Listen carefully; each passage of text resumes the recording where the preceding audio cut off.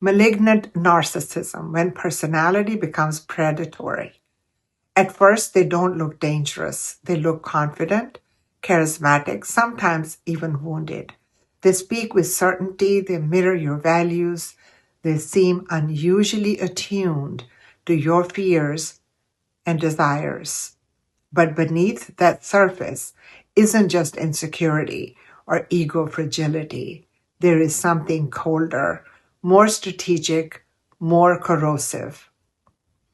In clinical psychology, this constellation is often referred to as malignant narcissism, a severe personality structure where narcissistic grandiosity merges with antisocial traits, paranoia, and sadism, not simply self-absorption, but a pattern of interpersonal domination.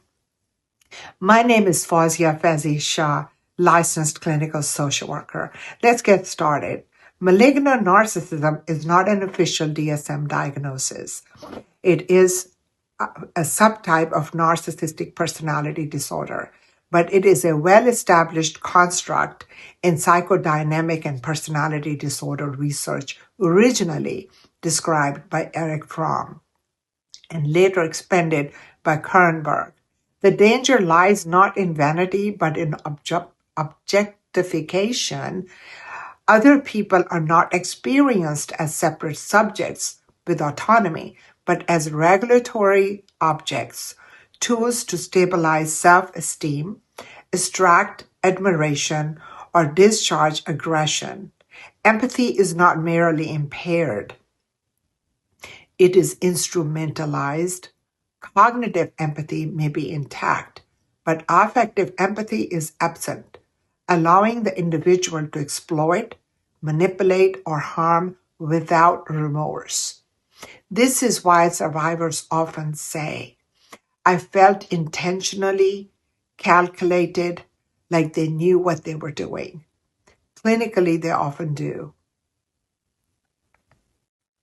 Malignant narcissism operates through predictable psychological mechanisms. First, the grandiosity, self-organization, an inflated self-concept built to defend against profound shame and internal fragmentation.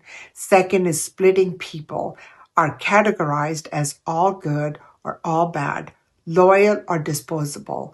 Third, projective identification, intolerable emotions, shame, rage, inadequacy are unconsciously offloaded onto others, who then feel what the narcissist cannot tolerate. Control becomes central, gaslighting, coercive persuasion, intermittent reinforcement, and emotional sadism are not accidents. They are regulatory strategies. When admiration is threatened, the response is not sadness, but narcissistic rage, often expressed through humiliation, character assassination, or calculated withdrawal of affection. Paranoia may emerge not as psychosis, but as hostile attribution, bias, the assumption that others are always plotting, disrespecting, undermining them. Over time, relationships become trauma bonded, and dominance and fear is how they maintain their control. So awareness is not about just labeling people. It's really about pattern recognition. If someone repeatedly lacks remorse while causing harm, exploits vulnerability with precision, seeks power rather than connection, punishes autonomy, and rewrites reality to maintain superiority, they do not ever want to be exposed. This is not conflict. This is pathological relating. Conscious actions mean naming psychological abuse, understanding that empathy does not cure personality pathology, prioritizing boundaries over explanations, and recognizing that distance is often the treatment and not the dialogue. Malignant narcissist thrives in confusion and self-doubt.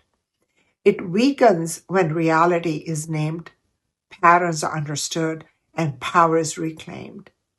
Awareness is not judgment. It is psychological self-protection. One thing about malignant narcissists is that they are so afraid of being exposed because of the sadistic nature of the way they put people against each other.